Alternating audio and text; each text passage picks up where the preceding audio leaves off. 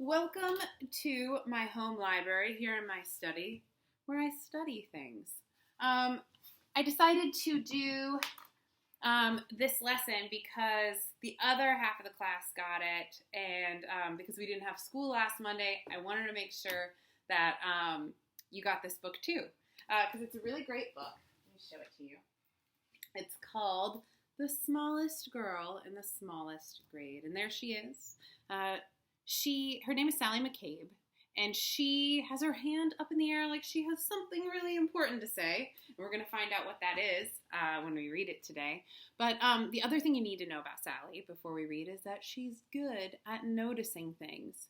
She uses thinking eyes even when she's not reading, and she's looking around and she's seeing lots of stuff, and she sees some things that aren't right, and she has to decide whether or not she's going to say something about it. Now, I bet a lot of you have been using thinking eyes lately. Let's look at our list of things to do today. I like to make a list so I don't forget. It says, hello, first grade. Today we will talk about the protests. As I'm sure you're aware, there's a lot of protests going on in LA right now. They might be happening in your neighborhood. They might be happening in someone you know's neighborhood.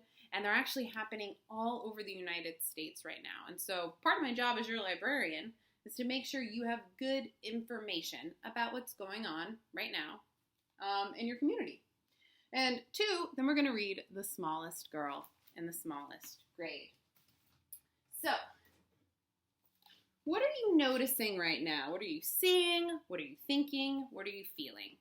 Now, you've probably noticed that there are some protests going on.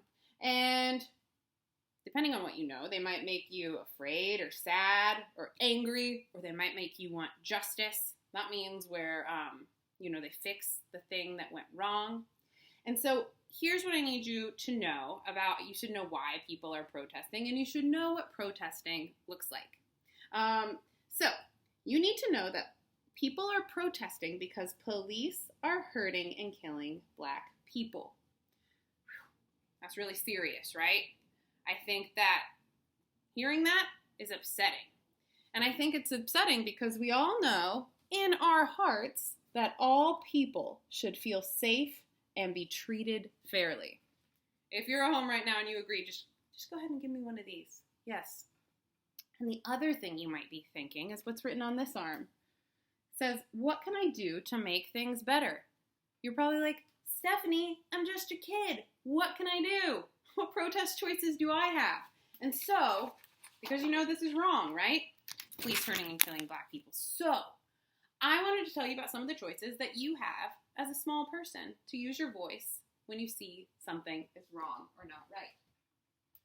And I'm going to show those to you right now. One of the choices, and you may have not even thought about this, but reading a book is a great way to protest racism. So you could read a book about racism, and that will help you understand it and know what it looks like. That way, when you can see it, you can say, whoa, whoa, whoa, I know what that is, and that's not right. And you can stand up and say something. So learning, right, about racism and what it looks like is one way to protest. This way is what I'm doing with you right now. You can talk to someone you know and say how you feel. And this kid down here is saying things need to change. And you can talk to your teachers, your friends, your family, or even really important people like the district attorney or the mayor or the governor even, right? So if you look online, there are ways to contact those important people, or you can just talk to people in your life like I'm doing right now with you. Now, this is a way that I think Mackenzie brought up with you and is coaching you through, and it's one of the most powerful, incredible ways to get your voice out there, and that's to make a piece of art or a sign that says how you feel. It says, or you can walk down your street with the sign, hang it somewhere important. This person has hung a BLM sign in their house, in their window. And BLM, in case you didn't know, means Black Lives Matter, right? And so that is one way you can voice your support, right? Another way is to donate some money. a grown-up can help you find a good organization to donate your money to. And this way is probably the one that we are most familiar with. This is marching in the street with many people, right?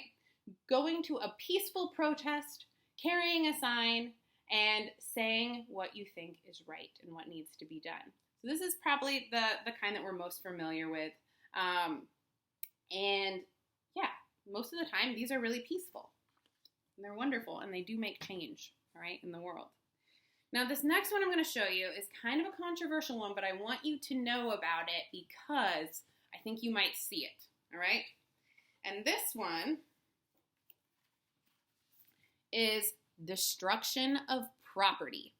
Now, like I said, most of the time, the protests are really peaceful, but sometimes people destroy things, and I want you to know, that might seem really weird or strange, but I want you to know that sometimes people destroy things to say that, hey, people are more important than things. You might see spray paint, you might see boarded up windows, sometimes people burn things, and this is not a kid's protest choice. This is really serious, okay? So I'm going to take that one off the board because it's not a choice for you. Now the last one says, do nothing. Is do nothing a choice? It is a choice, but it's not a very good one. Because if you do nothing, and you know something's wrong in your heart and you do nothing, that means that you're not doing anything to change and make it better. So we need to use our voices or any of these methods, right, that are up here on this board. So do nothing is not a choice. I'm going to put that off to the side too. So in today's story, we are going to see Sally McCabe, the smallest girl in the smallest grade, protest using this method. She's going to talk to someone, she's going to talk to her friends that she knows and say how she feels. And let's see if it makes a change. This is the smallest girl in the smallest grade. I'm reading the words, you're reading the pictures. This is the smallest girl in the smallest grade. Oh, my. There she is, and look what she's watching. Somebody is pushing somebody else really hard at the back of the line. And it looks like that person maybe thinks it's a little bit funny, but we can tell that Sally is really upset by this. She doesn't say anything, though. All right, let's find out what happens in this book.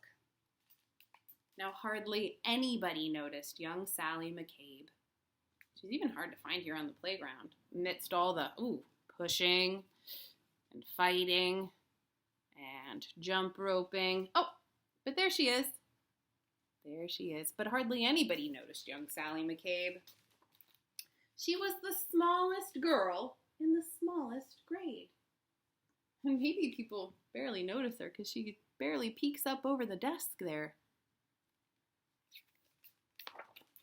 Sure, her name could be heard in the daily roll call, and she marched with her books down the same school hall. But hardly anyone noticed young Sally McCabe, and they certainly didn't know, or at least didn't mention, that Sally was paying super extra special attention. So she is noticing, and she's going to notice all kinds of things.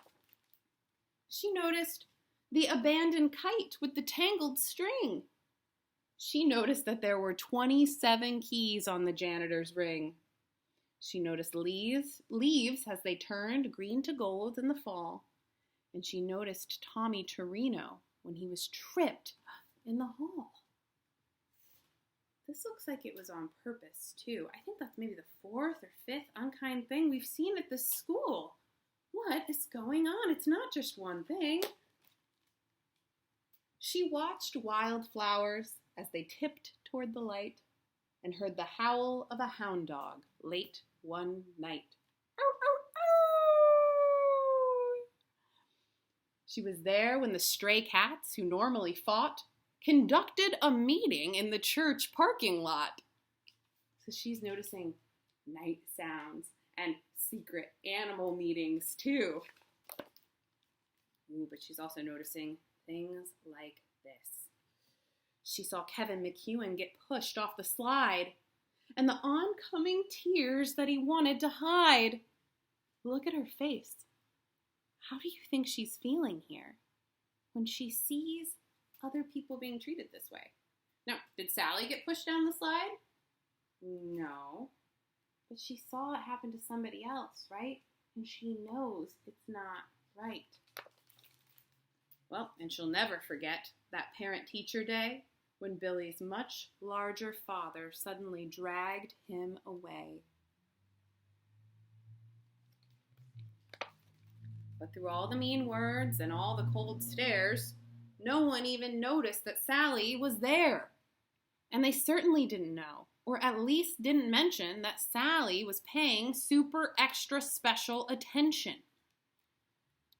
This kid was clearly just pushed off the jungle gym. More hurt feelings.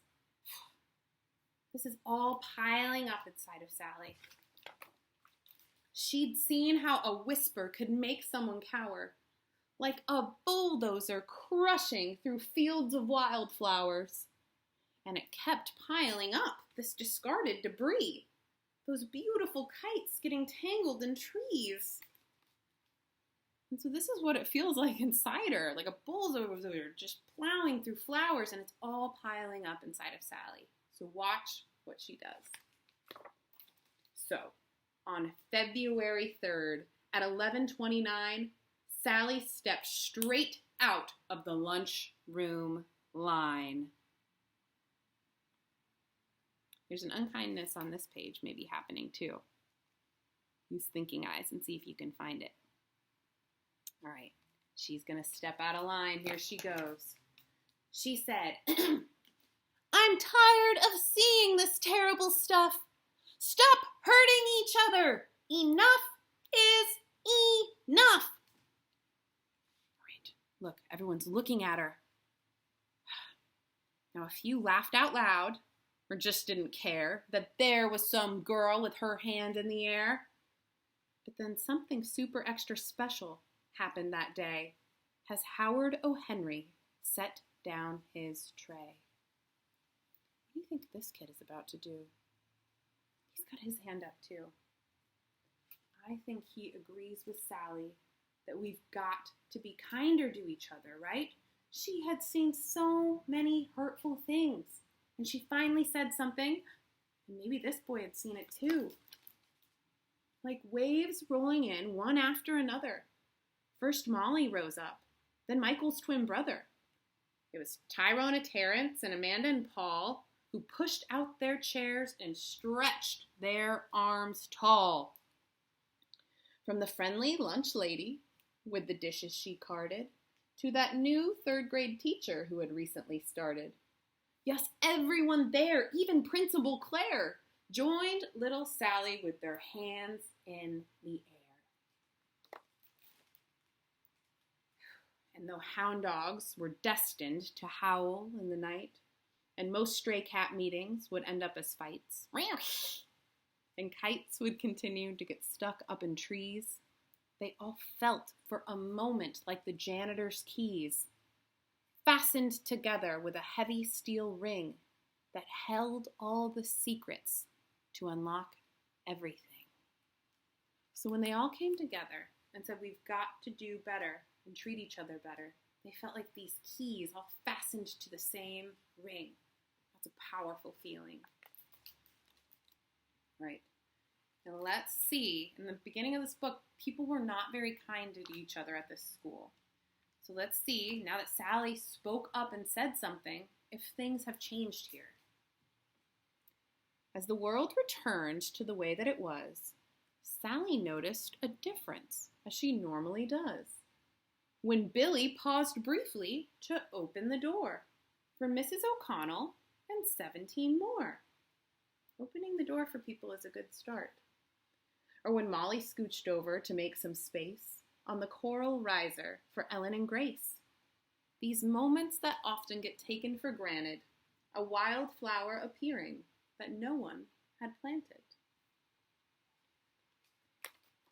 All right, let's look at the playground because we saw lots of meanness happening there in the beginning, but look. It looks like things have changed. And do you know why? because the swings soon resumed their rhythm and sway, and day turned to night, and night turned to day.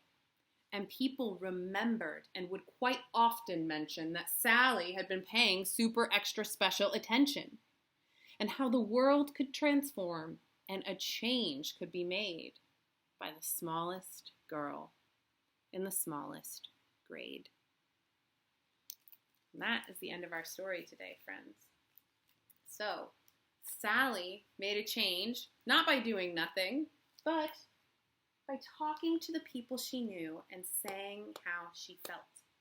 I hope that you pick one of the things on this board to make a change and join in some way in the protests that are happening in the country right now. Right, thank you for listening. Reach out to me if you need book suggestions. Even over the summer, I am always here for you. And I will see you soon. Bye, friends.